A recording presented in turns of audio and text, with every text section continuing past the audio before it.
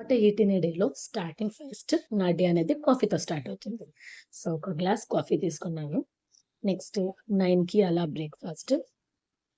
3 దోసెస్ దానికి చట్నీ వేసుకొని తినేసాననమాట. శనక్కాయ పప్పులు, శనుగులు వేసి చేసిన చట్నీ. బ్రేక్‌ఫాస్ట్ అవ్వంగానే ఒక గ్లాస్ వామ్ వాటర్ తాగుతాను.